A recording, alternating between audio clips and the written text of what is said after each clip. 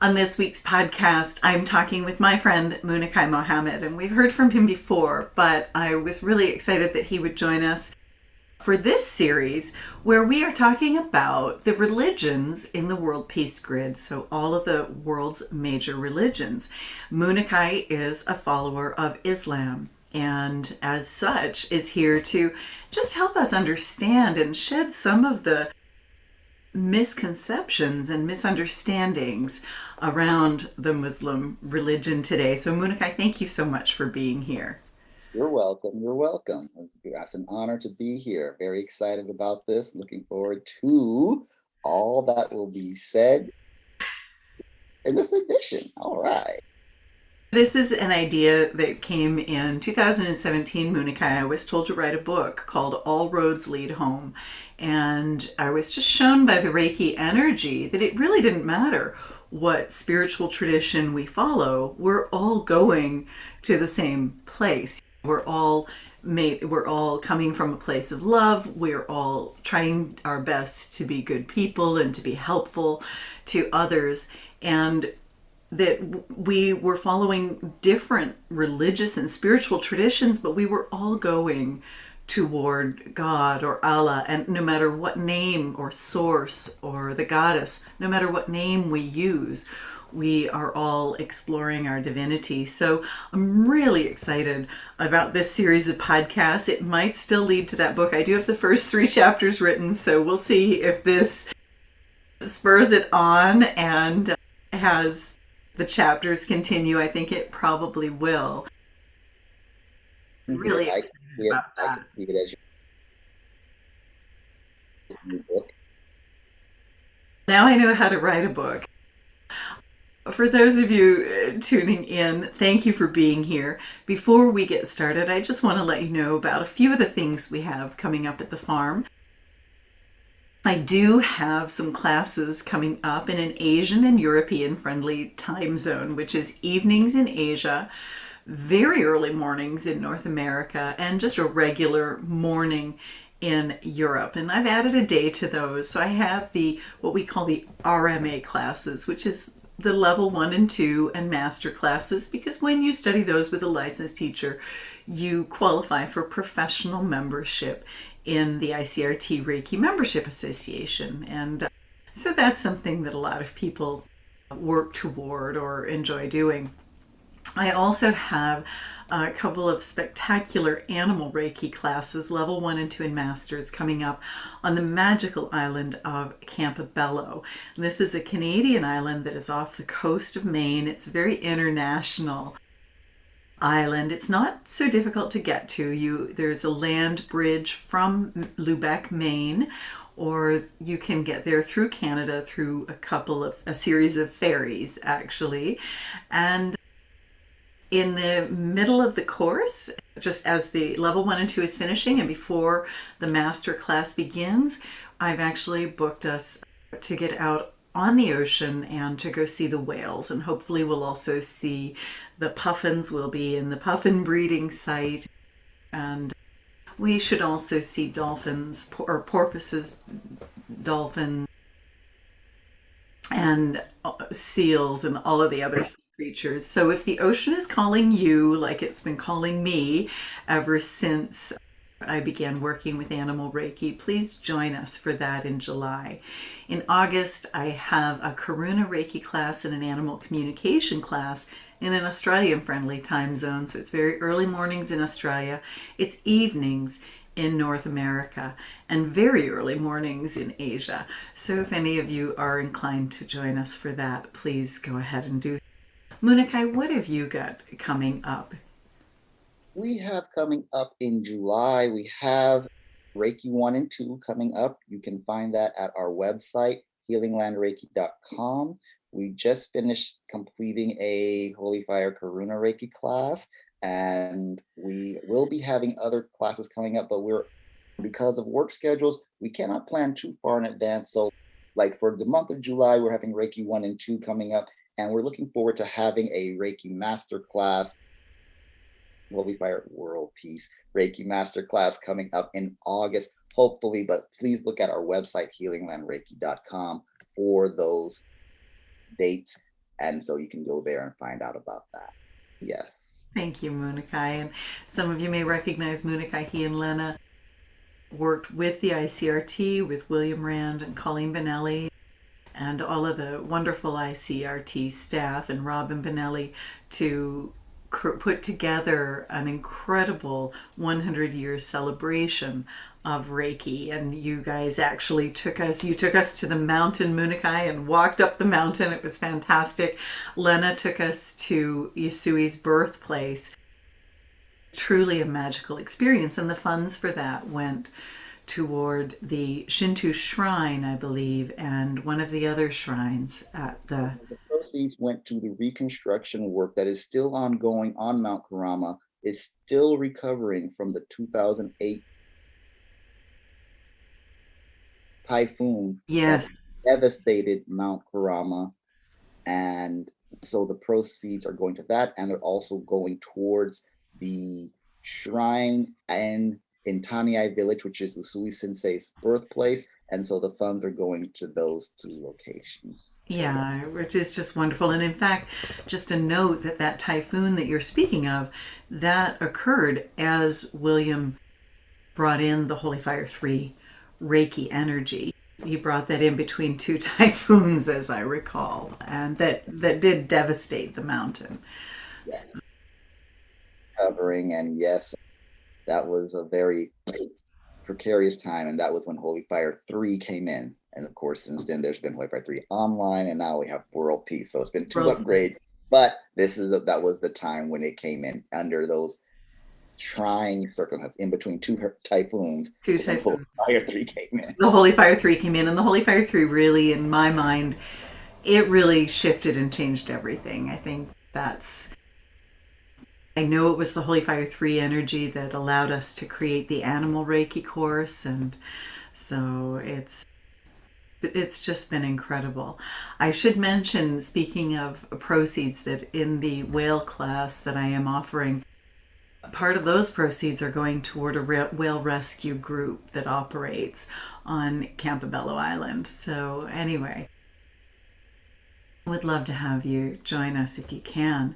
Before we get too far in, I just would like to invite everybody to bring your hands into Gasho and just activate your Reiki energy, bringing in your symbols. And today we listen with our ears, with our hearts, with our minds, with our chakras open, and with every part of our being, letting go of any brace in our body, and we listen in an attempt to understand and to experience that unification consciousness that the Holy Fire 3 energy has been bringing toward us. In order to understand these different religious and spiritual traditions that we may not be aware of or may not be privy to, and to understand the different perspectives. There are 7 billion people on the planet with 7 billion different perspectives. And each time that we are able to learn from and appreciate another perspective, we grow. I want to thank Muniqui for being here today to explain to us the beautiful traditions around Islam. And I want to thank you for showing up as well. And I hope that together we will all grow in our perspectives and our understanding, so that there will be a wholeness and an appreciation for each other.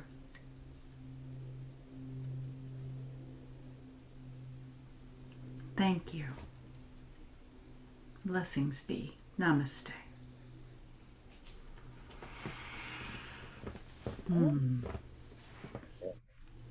So Muniqui, I just wonder if you can tell us a little bit about your history. Have you always been student of Islam, or have you always followed the Muslim religion and traditions, or did you start somewhere else when you were Growing up, younger? I'm I am a third generation Muslim. My Wow. father and my mother came into Islam in around the 60s, and my grandfather was in Islam before that. Now, so I have always grown up in Islam.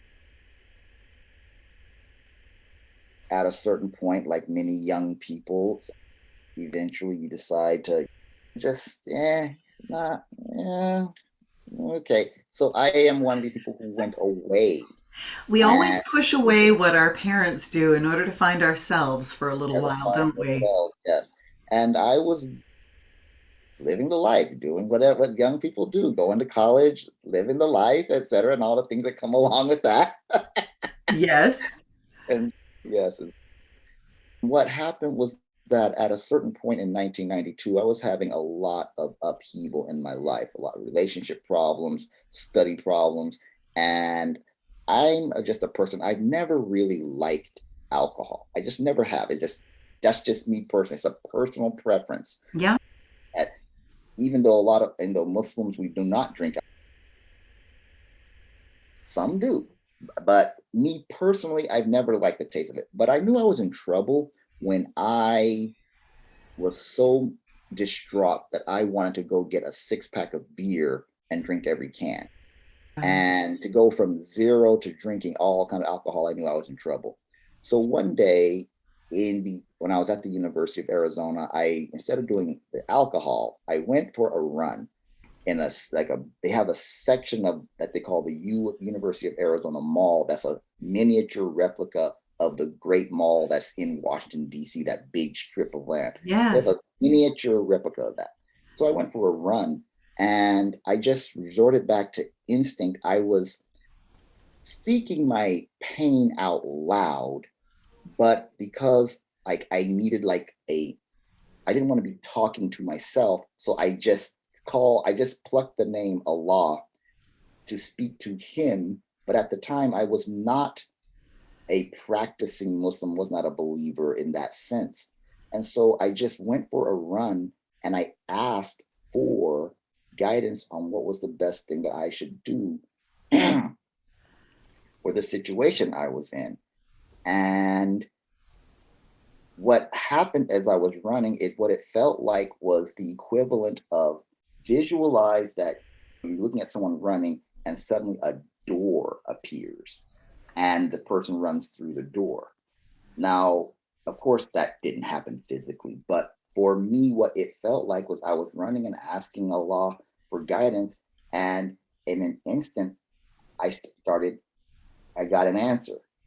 And it wasn't an answer I wanted. And at that point, I felt like the only way I could describe it is as though when the in the olden days, or when they open the door and they say the Prime Minister of Canada or the President of the United States, someone Right. announces the presence of someone with a lot of power and authority. And so I felt the presence of two beings. One very gentle but very powerful, and the other was the representative, the speaker. And I admit I thought I was losing my mind. I thought I was going crazy because, like, oh my God, I'm hearing voices now. This is messed up. I got all the other problems now. I'm hearing voices. But the messages were coming through very calmly, succinctly. I was speaking and I was getting answers. And so I thought I was tripping. Eventually, over time, I started getting responses that were actually giving me guidance to little things to do that started me to be like, is this real? And that began. And so I'm looking for answers. And so I was looking around and I had a lot of people, a lot of different faiths, a lot of different things. Okay, I hear you. But it wasn't until I talked back to my mother, who was a practicing Muslim, And I said, what's going on? And she started pointing out to me various scriptures in the Holy Quran, the Bible, and other things in nature that confirmed and verified that I was getting direct interaction with the divine supreme being, Allah, God, Jah, whatever, however name you want to call it. And that she said it's not strange, it's actually a normal thing. All human beings have the ability to speak directly to the supreme, the divine, directly, and that being the God will answer you without any intermediaries. We need intermediaries to help us to learn how to do so, or to how can you, like, you need a coach to help you to train to get how to do it the way that'll get you the most results. And at a certain point, you can, okay, now you got it from there. And that's what the human intermediaries are, there to help us to get it right. So then when you do that, then the human intermediary steps aside and lets you or me go on with God, with our relationship. And so from 1992, I've been through a series of exercises, learning. I started from scratch, relearning what it means to be a Muslim. So Wow. I'm not a person who says, like you say, yes, I was born in Islam. I was born into the Muslim tradition, but I went away and restarted over, started to relearn. Didn't go based on what I grew up with. I, technically speaking, we could call it a new, I have the mind and energy of someone who comes at it fresh and new. And and since then, everything that has happened in my life since then has led me to being where I am today, including, and you can ask this if you want to know more, you can even ask about this. I was shown in 1993 that I would be living and working in Japan. At Wow. the time, I didn't understand when, where, how, why. And plus, I am a Spanish major. My degree is in Spanish, so Japan is not, it's a totally, There are a uh, lot of countries you could totally, have chosen. yeah, but like I was shown that I would be among the Japanese people.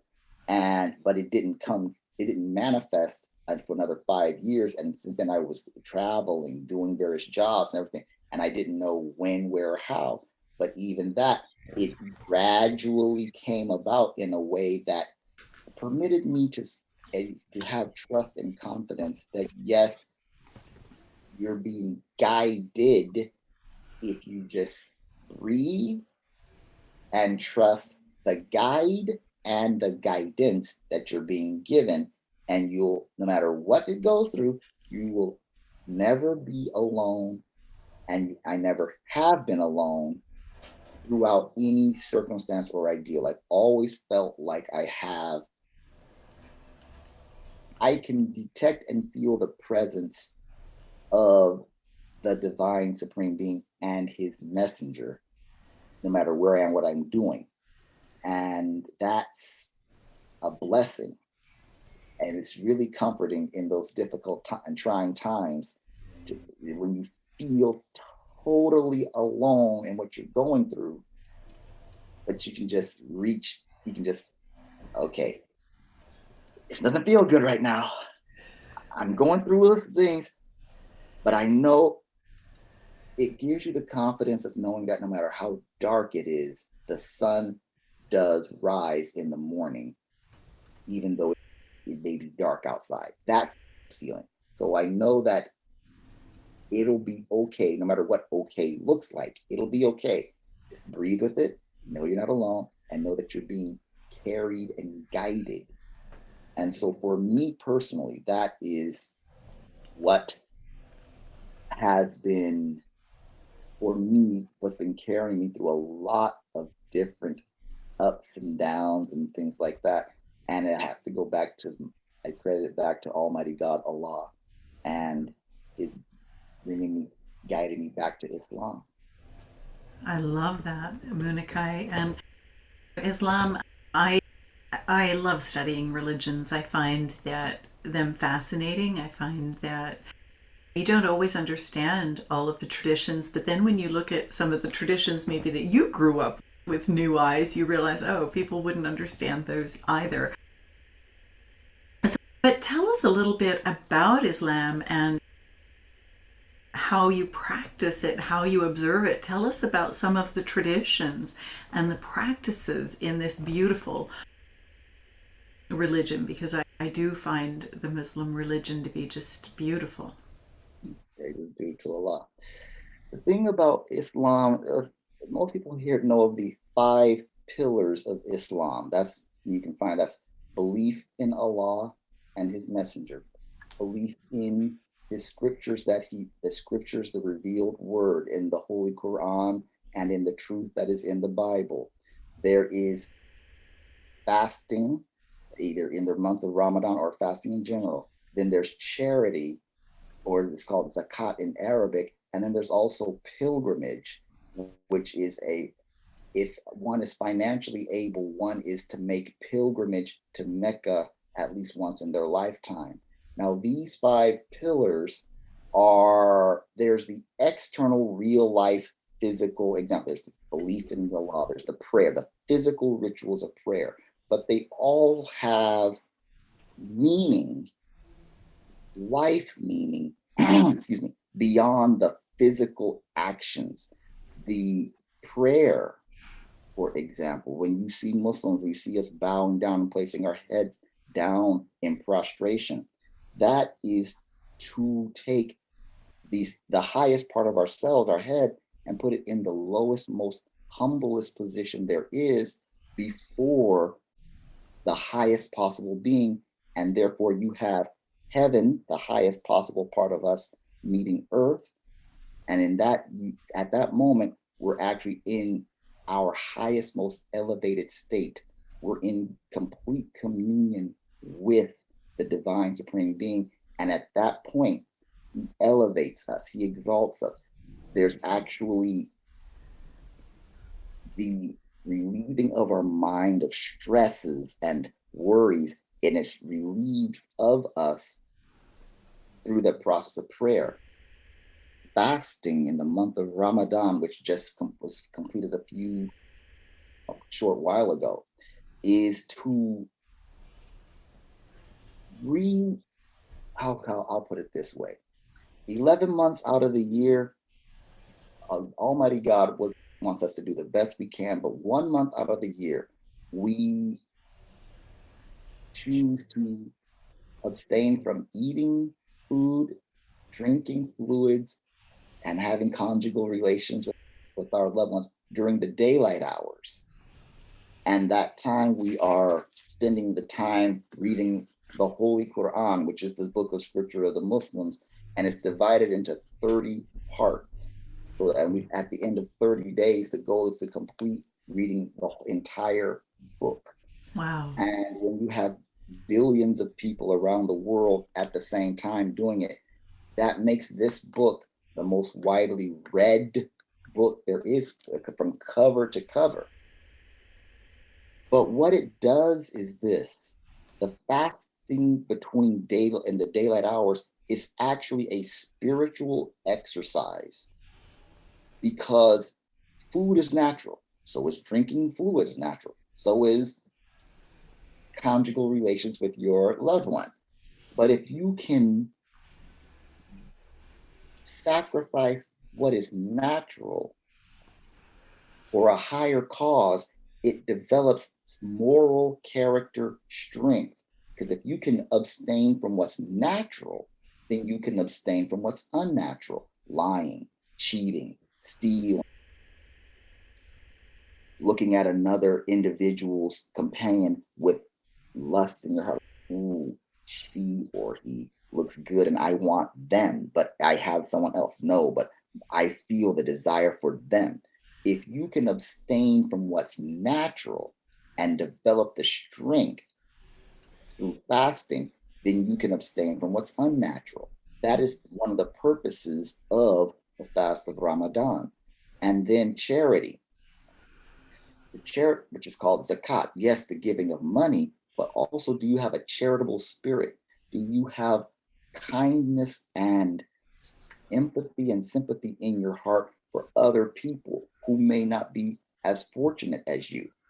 Do you choose, if you, in Islam, which the principle is you are not a Muslim until you want for your brother or sister what you want for yourself. What would I want for myself? I want peace. I want tranquility. I want to be able to live in my house uninterrupted as long as I'm not breaking any laws or anything. Then if I want that for myself, then I should want that for others, because there's a law in nature of what you give out comes back. The law of reciprocity. What goes around comes around. So how I want to be treated, I should be treating others that way or better. What I want to happen to me in my life, I should be doing that for others. When people are in positions that are less fortunate, it's not appropriate to look down on them with scorn, because one day, pardon me, pardon me, we are all maybe one car accident, one misstep away from possibly being in that situation. If I was in that situation, how would I want to be treated? Would I want people to look at me as like I'm like the refuse that like this, or would I want people to have a kind heart and maybe offer a smile or a kind word, or maybe just, if you can, buy a extra sandwich or something and just slip it to the person. Bless them. When was the last time they've eaten? That's another thing that the fasting does, is it gives you the reminder of what people go through who are not as fortunate as you, so you can taste hunger, taste deprivation, so you'll have more empathy and sympathy for them, and you'll be more, have a more charitable spirit towards them. And then pilgrimage to Mecca, to the holy city of Mecca, to meet with and be with Almighty God Allah. You have different people of different ethnicities, different skin colors, different religions, different languages, yet we all come to the same place. We take off our national dress, our national costume or clothing, and we all are wearing the same. So here you have the principle, the universal principle of both oneness and diversity. You have diversity of language, color, religion, language, color, etc., cultural practice, but then you have oneness. You're all dressed the same. You're all focused on one goal, to be here at the answer the call of Almighty God. That physical ritual of Hajj has the component of how do we live our life? We should be in pilgrimage spirit every day, striving to for oneness with our Lord, putting off, yes, we all are different colors, religions, etc., but are we not all moving toward the same place, striving for the same goal, the oneness, one being at one, atone, at one with our Creator? So that physical ritual, the physical rituals all have life meanings that we are striving to do. And so these are the now, of course, all Muslims are at different levels of understanding, and we do them differently. So some people are focused more on the physical rituals. They can think they get that done, fine, great. But then there's the other higher meanings of them. And then there's also prayer, which is I haven't gone over, but we have 5 times a day when we can make our prayers. And if you look at the times of our prayers, dawn, early afternoon, mid afternoon, sunset, and sunset, or before going to bed, these all correspond to certain energetic rhythms that the human body goes through: rising energy, coasting energy, digestive energy. If you look at a Chinese, what they call a Chinese medicine chart, and you'll see the different energy cycles that the human body goes through, you'll see that those times of prayer correspond to when the body shifts into different energy modes, rising energy, and I don't know, I forget all the different ones.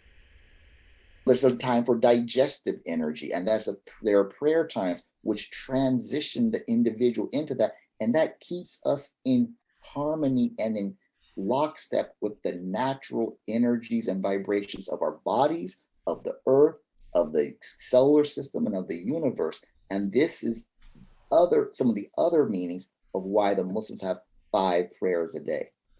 But also, the prayers are to keep the prayers. Prophet Muhammad, peace be upon him, said it like this: if a person took a shower 5 times a day, would they leave any dirt or cleanliness on their body? Obviously, the answer is no, if they're washing properly. So the prayers are to give us times of being spiritually refreshed so that it keeps the spiritual dross, the minus energies, and it takes it, cleanses us of it, so we're in a better position to be better people, and then reflect that. And so when people come on, say, I feel, yeah, I really get a good feel from really fresh. All praises due to Allah, like that. I love that, Muniqui. That's just beautiful. And I know you mentioned Ramadan. Are there any other celebrations or any other holidays or things that you observe? Let's see, we have Ramadan, and let's see. Oh goodness, what is it? In the traditional Muslim world, and I say traditional Muslim world because I have to just make this, I'm born in the United States of America. So Islam looks differently because of the environment and because of the circumstances that Islam came to the United States of America. Now, Muslims who are immigrants or Muslims who still practice the traditional Islamic ways that you will find in the different Muslim countries around the world.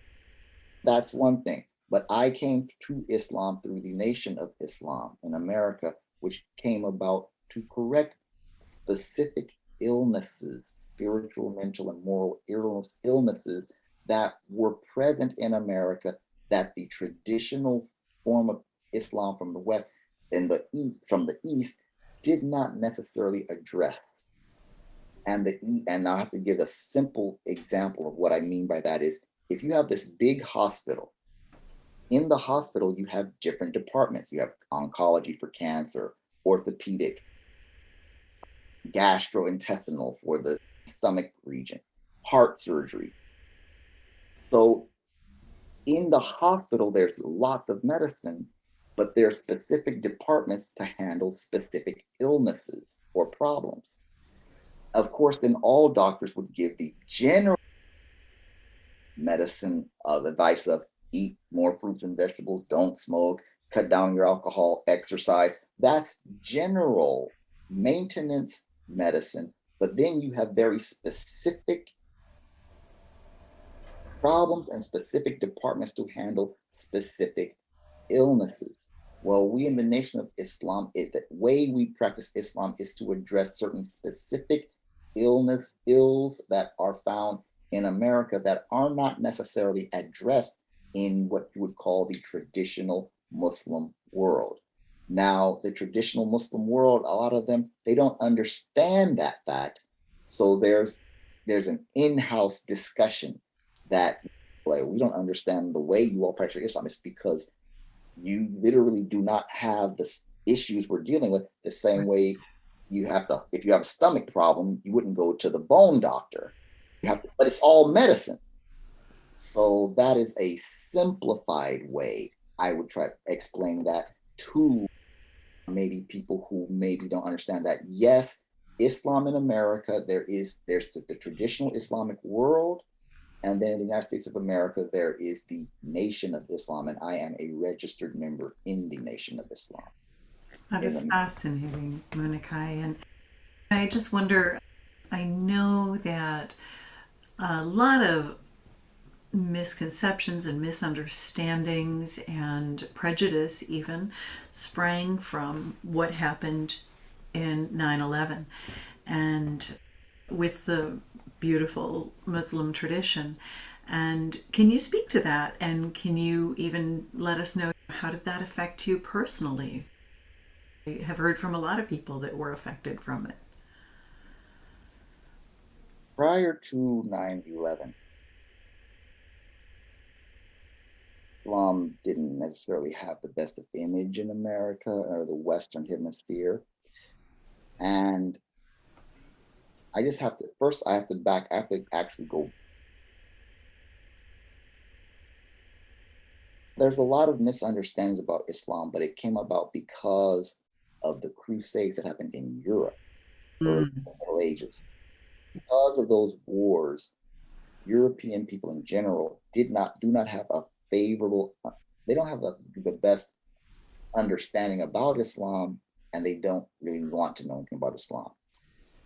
9/11, when it happened, I was first of all, I was here in Japan, and I had turned on the television to watch the news on another topic, and they had the breaking news story, and they immediately cut to when I saw the first tower as it was smoking. I physically saw, I was looking at the TV when the second plane came in and hit, and I Wow. was watching television the entire night. And so immediately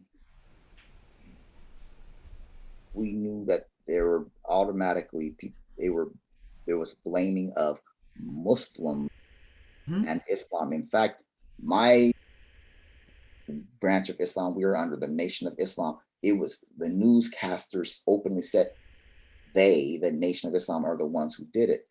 One thing about the Nation of Islam in America is we do not carry weapons at all, not even so much as a penknife. No guns, no knives. The truth, we believe that the truth is our weapon, the truth. And so we speak truth. And in this book, Holy Quran, Almighty God Allah tells us that we hurl truth at falsehood till we knock out the brains of falsehood. Well, hurling truth is telling this and that. You tell the truth. When 9/11 happened, a lot of people were looking for who was responsible. Mm. And at the time, there had already been lots of movies out proclaiming that Muslims and Islam were become the new terrorists. Before that, during the 80s and the 70s, it was always about the red Soviet, red communist Soviet. Was it Rocky 3 or Rocky 4? And Dolph Lundgren playing the big, strong The Russian, big rush. Hmm. great big Rush, and then the evil Soviet Empire. When the Soviet Union fell, somehow, some way, Muslims became the new boogeyman. You can look at movies in general. You'll see that now everyone who is a bad guy is pictured as some wild, bearded, crazed, bug-eyed individual with a sword in his hand, and he's out to destroy good, clean, wholesome, proper, the good, clean, wholesome, proper America or the West in general. I've always noticed that it is easier to have an enemy.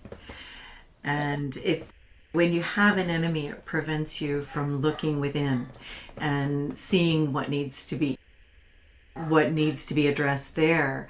And so it's always preferable to have an external enemy. And I've noticed that when we don't have one, we tend to make one up. yes. And so, and just to finish your point, that's not to keep you going, but a lot of people, of course, 9/11 was a great tragedy. And from what I heard and what I physically went into the city here, and there was suddenly big bookstores that were all about what is Islam, Holy Qurans, history of Islam in Japanese. And what my friends were telling me is that every library in America, every single book in there on Islam was checked out.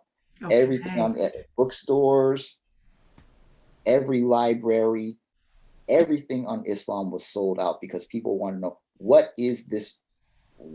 who are these people who attacked us?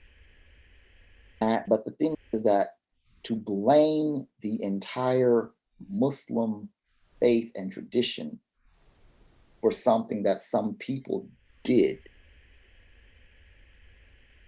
that very easy to do when it's quote unquote them, they.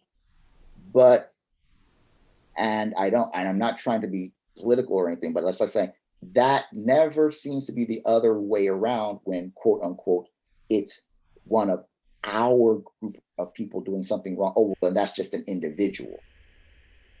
Or she doesn't speak for the group.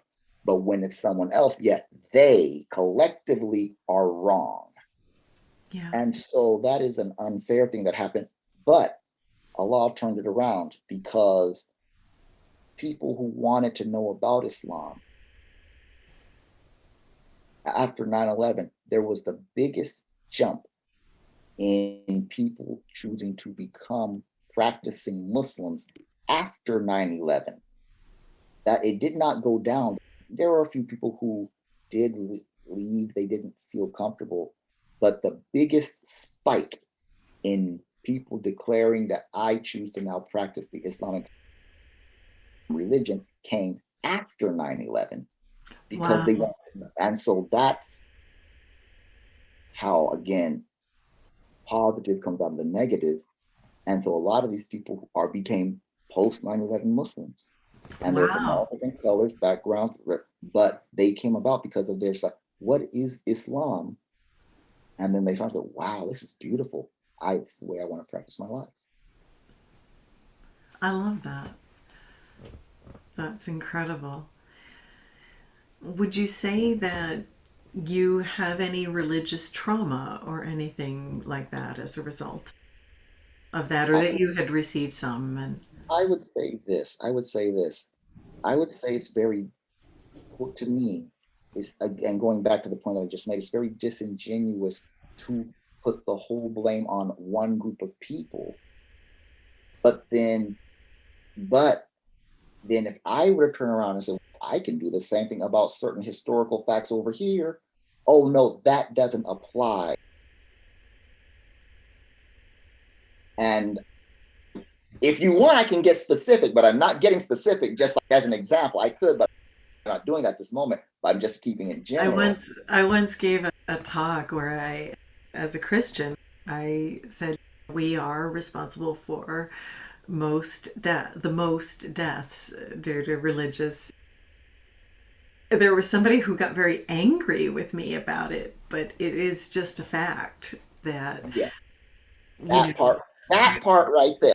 I think about the Crusades and I remember reading about how was it Saladin who showed mercy and allowed the Crusaders to leave, and then shortly after that, they murdered every man, woman, and child, and showed no mercy.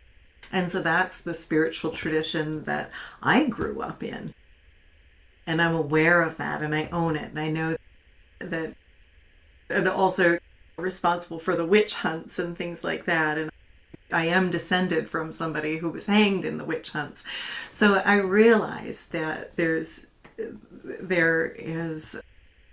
there's good and bad in every religion and in every interpretation. There's different interpretations even within that. And again, 7 billion people, 7 billion different perspectives. I'm sure that you don't share the same perspective as every other Muslim. Believe it or not, I'm actually in a discussion with Muslim right now about certain way about the way this individual and the way I interpret a few verses. So yes, you have Of people course. in house. You have discussion. Notice that discussion. The same thing, but coming from a slightly different point of view. It And doesn't mean the different person's perspective. wrong. But where it comes in with now with people of different backgrounds is this, and we've talked about this before, is that the expression of an individual's religion. This is what we're taught in Islam, Yeah. is that in this book, the Quran, Allah tells us that He gave the people, He made the different tribes and nationalities and languages that we might know one another, and that He's given each group a part of something. And that most of the problem comes about when this group over here rejoices in their part and thinks that it is more important or more valuable than this part over here. This book tells us that is part of the problem of humanity, and Right. that the same God that gives us the one water gives us fruits and vegetables of different colors, taste, and background. Look at the way the fruit and food look on the farm or even at the supermarket. Look at the different colors, taste, etc., but they're all watered with the same water. We're taught in this Quran that there's a lesson in that. You can get different vitamins and minerals from this food, but you can't get it from that food. So that means you can get knowledge and understanding from this group of people. Maybe you can't get it necessarily from your in group, but it's all coming from Allah, from God. Do we recognize and see Him in what we are looking at, or do we say, I practice this and you practice that? We're practicing different things. Wait a minute, we're all breathing the same air. So no matter what name you, you call the divine, it's not the name, it's not the tradition, it's that it's different aspects of the same truth. If I said Allah in that's Arabic, if I said the Lord in English, Dios in Spanish, Kami in Japanese, are we all going to get together and start arguing about I pray to Dios, I pray to the Lord, I pray to the Kamis? Well, but you're basically saying the same thing, different, and most people have an insecurity thinking that you're saying something different. The way, the expression of the Muslims is not necessarily the same way or the expression of this other group, but there is unity and commonality if we keep the divine in mind and in heart and see what He gave us over here, this, He gave them over there, that, so that we can learn From each other.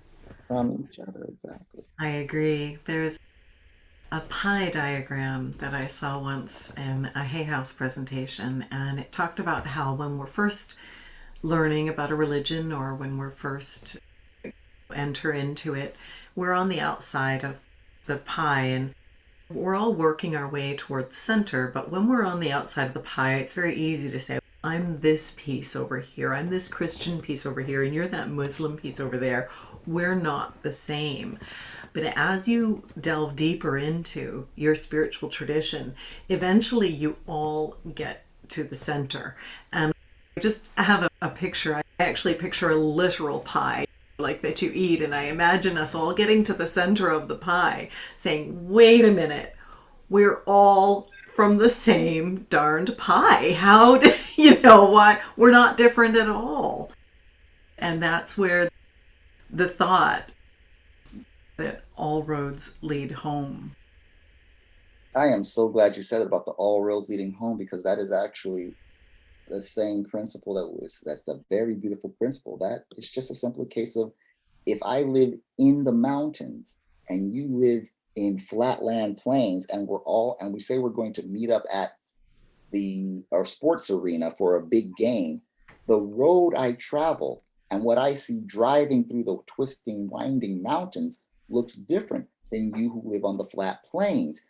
So if I get to the mountain and say, wow, those roads are twisting and windy, and the person at the flat plane, what are you talking about? The roads aren't twisty and windy, they're flat and straight. No, they're not. They're twisty and windy. Who taught you that? What's wrong with you? Then the argument breaks out. Right. When you have to be respectful of the person's path. And this is what we are taught in Islam.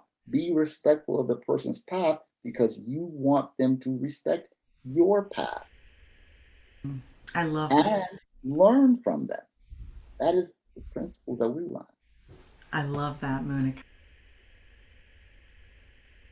And Yeah, I was just interesting how there's just the idea to do these interviews came about because with the world peace frequency of Reiki coming through, this is going to make a lot of this is going to make a lot of it's interesting that I don't know. Of course, the idea came to you to do it a while ago, but it's coming through now with these interviews. So it's interesting that the world peace frequency of Reiki has come through, and now you're doing the interviews. So I believe that it's actually connected since it's on the world peace grid.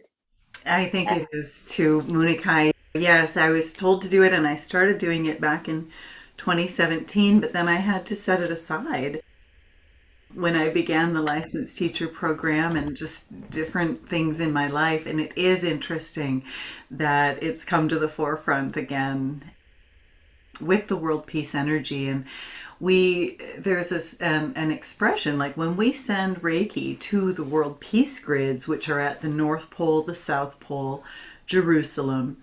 They're also in at Mount Kurama, thanks to your partner Lena, who brought them there. And then there's also a world peace grid in Maui at the Reiki Center there, and in Michigan at the Reiki Center there. And I've been very fortunate to work with the one in Maui in person at Williams Home.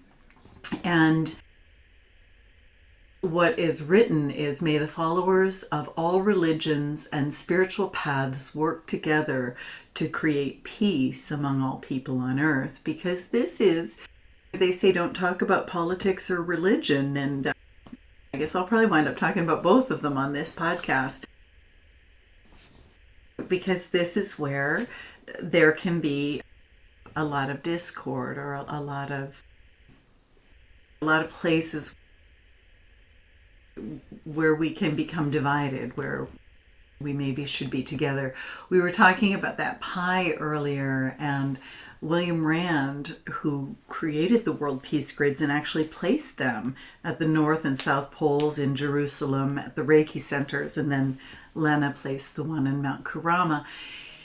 He talks about he was raised fundamentalist Christian and he stepped away and followed a more spiritual path, but his sister followed the fundamentalist Christian. And he said what he found fascinating is that at first they did exactly that. They felt that they were in very separate directions, but the more that each of them delved in, then they met and they realized that they have a lot in common, that they believe a lot of the same things. They just got to them. They all got to the stadium through a different road, but they still got there. And just to put a fine point, yes, politics and religion have been discussions on them have been sources of discord, but that shows us that these are also have great potential for unity and harmony Yes. when we have the right spirit, when we're motivated in the right method, and when we are individually, when I am as an individual constantly striving to grow in knowledge, understanding, and wisdom, and the proper application of it. If I choose to stay where I am in knowledge, understanding, and wisdom, then I'm on a dead level. It's a horizontal level. But if I continue to grow, to continue to learn, then I'm constantly evolving and will meet people who are constantly evolving along the way. They will look different. They'll maybe talk differently, but we'll have the similar idea, the similar heart motive. And when you get people with the same motives together, this heart, I desire for there to be working peace and unity, then that means you're choosing to overcome the repulsive forces that would normally keep two atoms apart. You can choose, and if your spirituality gives you the idea to help to overcome your own impediments that would keep you apart from other members of humanity, then you are truly embodying and living the essence of whatever spiritual practice that you personally are practicing. Does that register? I love that. And I'm trying to remember who, but I've had a student recently who told me she had a particular teacher who I actually now I do remember who it was. One of my students explained that she had a minister who actually, as part of their youth group, brought in rabbis and just leaders from all different religions and spiritual traditions so that they could understand them and also make their own choices. And I thought, oh my gosh, how what I what a wonderful minister to expose young people to all of this. I think it's fascinating. And that being said, Muniqui, I have one more question for you. How does Reiki come together with your Muslim background and your traditions and So religion? ask that. Mm. First of all, let's go back to the beginning, Mikao Usui. Now we know that when he was looking for An, if you just translate directly into translate, it just means spiritual peace. But it really means to be in a state of peace and harmony so that no matter what the situation is around you, you are in a state of peace. You're at that center. You are centered. So it may be chaos around you, but you're centered. That principle, okay, the principle of being in a state of perfect peace and harmony at all times, regardless of circumstance, that principle translated into Arabic is Islam. Okay. That's that when you a Muslim is a individual who submits their will to do the will of Allah God and therefore enters into complete peace.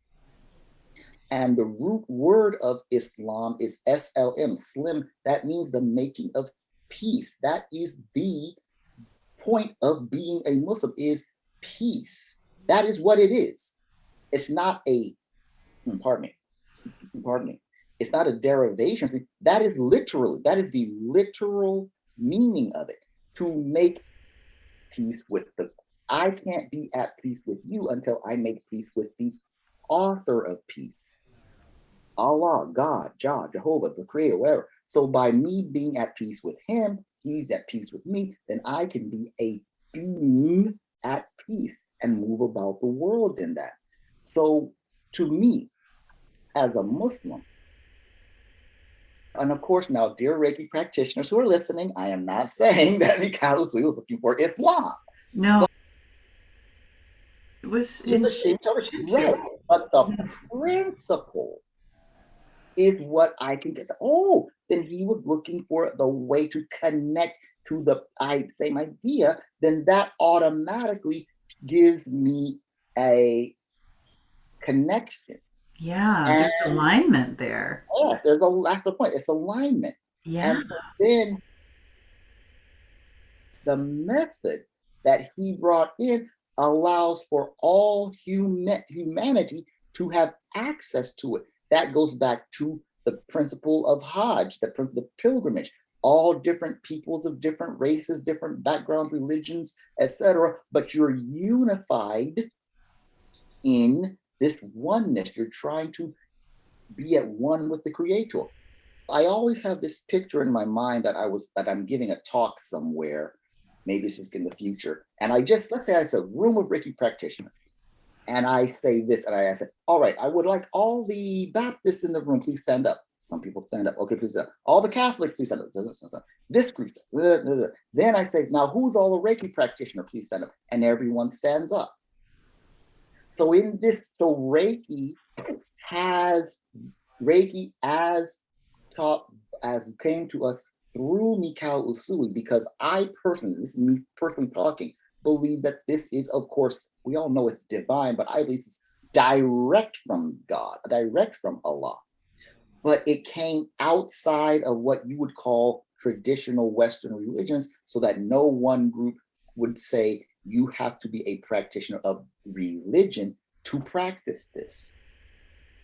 So now you have a principle that connects us all to the divine and enhances the whatever positive qualities that we possess in the way that is right for us. You don't have to declare yourself to be a Muslim to practice Reiki. You don't have to declare yourself to be anything to practice Reiki. And so in that, you have a common ground where you can interact with different people. You can get together and we can talk about the principles of peace and the principles of how to make ourselves better and how to make other people enhance their lives. And I can talk about what I bring to the table as a Muslim in a way, in a language that other people can accept. I don't have to talk about it in the exact way that I know it in Islam as a Muslim, but I can take the principle and express it in a Reiki language or in a Reiki principle that allows other people to accept it. And they say, where did you get that? That's a beautiful way. Yes, as a Muslim, we call it this. In Reiki, we call it that. In another tradition, we call it this. So there's, again, that oneness and diversity, and there's oneness in diversity and diversity in oneness that allows us all to be able to move forward together. I know that as a practicing Muslim, just on the surface, there's a lot of people who normally would not interact with me as a Muslim. But as a Reiki practitioner, there are people who they wouldn't interact with me, I wouldn't interact with them, but we have this commonality of being Reiki practitioners, and we're all striving to make the world, to make ourselves better, to help make our families, communities, and environments better. And therefore, in that purpose, we're all equal. We're all vibrating on the same high frequency with the same motive. And so that is, pardon me, that is what it means to be a Muslim. And therefore, by being a Reiki practitioner, I said all that to say this. One of our recent students said it this way. This is the best way I've heard it expressed.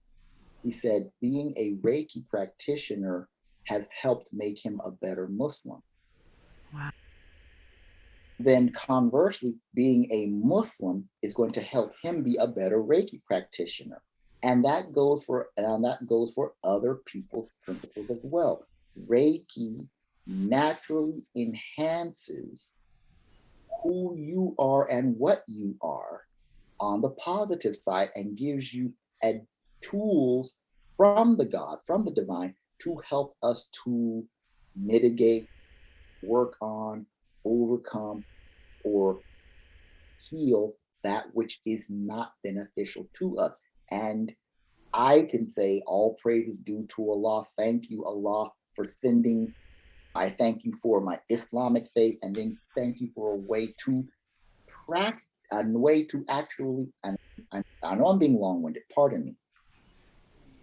Just distance Reiki alone allows me to practice the charity aspect of my faith, because I may not be able to maybe donate money to someone or something, all that, but I can give distance Reiki, or I can give Reiki. I can pray for the person and then participate in the answering of the prayer by giving Reiki. And that is what if nothing else, I'd like to leave it at that. Reiki gives another way for me to exercise my faith by giving Reiki to someone. It's not always about, okay, my fee is. No, I'm giving Reiki because it's for your highest good. Yeah. So that's how, for me, Reiki connects to my Islam. I love that. And I've heard that from almost every spiritual tradition or religious tradition that Reiki enhances the experience of the religion. And I love that. And especially because there are a lot of religions that maybe don't trust Reiki or feel that it's meant to take over or take the place of or something like that. And in fact, I think that Reiki works so beautifully alongside any religious or spiritual tradition. And yeah, Muniqui, you have an experience, I believe, that you are willing to lead us through today. Can you tell us a little bit about that? A lot of people, I have been blessed to that a lot of people are sent to me to help them to get their, for lack of a better term, connection to the divine. And I'm being blessed because the way I do it. I do not say that they should try to become Muslims. I provide, I've been blessed to develop a small system or a small way of small meditation where an individual can connect to the divine according to the way that is most appropriate for them. And so it's not very long, but it's it's very simple. And I would also like, with your permission, to give the opening prayer that is the oft repeated prayer of all Muslims. It's the opening of the Holy Quran. It's, if you, all Muslims know it, and you will always hear it in Arabic. I will say it in English. And just so you'll know, the 7 verses which makes the opening of the Quran, this opening prayer that's on the lips of all Muslims, is the summation of all 114 chapters of the Quran. And isn't it interesting that we focus a lot on the 7 chakras, but according to what my studies have said, there's at least 114 chakras in the human body. Of course, there's Yes. 72,000 rivers and nadis, but I've said, wow, this 114 chapters is summarized in the 7 verses of that's the opening prayer. And most people focus on the 7 chakras, but there's 114 in the body. And that's coming from an Indian tradition. Yes. But no, see, there's Indian I, tradition. I do. And that's what I was shown in this book, that the more we delve into religions, the more we will realize that we're all the same. We're just using different languages, different traditions, and different ways of expressing it. But we're all doing the same thing. We're all looking for that connection with the divine. And I'm so excited to have an opportunity to hear and experience your prayer as well. When you're ready, I'll give a brief, I'll give a brief Reiki opening, then we'll go into the Muslim prayer, and then we'll get, it's all be short and succinct. That's what's up. So when you're ready, Thank you.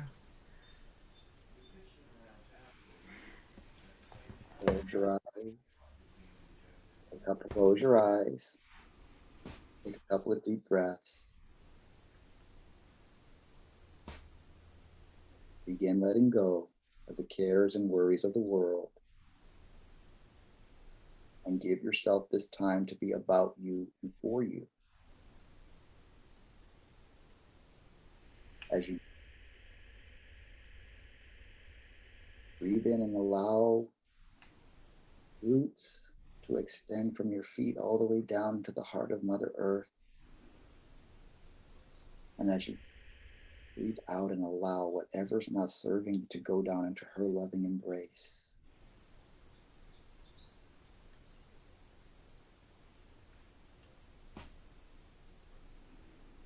Breathe in and breathe in the divine light that's coming from the heavens above, all the divine energy, divine light.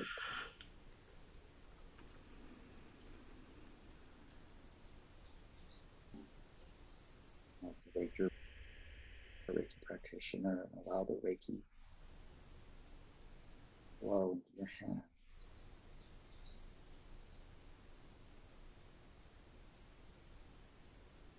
Open your hands and place them palms face up as though you are receiving a gift. Open your heart and be receptive.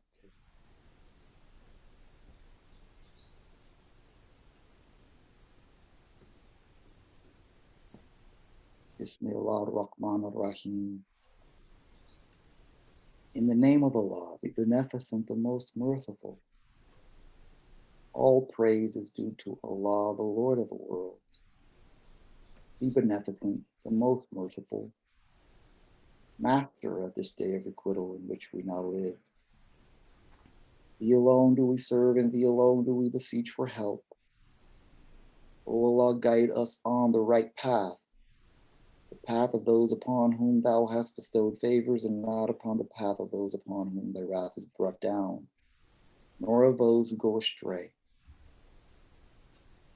O Allah, we thank You for this time, and we thank You for this opportunity to be present with Ham Allen-LeBlanc, and we thank You for putting the idea in her heart for this series. O Allah, I ask now that for every person who is seeking a divine connection with You, regardless of the name, creator, source, divine, by whatever name they call You, I ask that anyone who wants to have a connection with You, that they go quiet in their home when they're by themselves, and they speak out loud to You, O Creator, that they desire to have a connection to You in the way that is most appropriate for them. For we know not the way that You will guide an individual. That is between You and that individual. But I ask You now, for each individual who desires to have that relationship, that You guide them to Yourself in the manner that You see fit. And more importantly, O Almighty Eternal One, please help each person who seeks a connection to You to recognize Your answer to their seeking, to their longing. Please help them to recognize Your divine hand and Your movement of them to answer their longing or connection to You, regardless of the form or expression that it takes. I ask You, please guide each person to peace and oneness and harmony with You according to the way that You see fit for them. I ask You of this, O Almighty Eternal One, in the names of Moses, Jesus, Muhammad first and last, and all of the prophets and wise people and sages we know and don't know. I ask You for this, for all who listen and those who will listen in the future. And I say thank You. Amen. Amen. Shukran. Arigato. Gracias. Namaste. And so it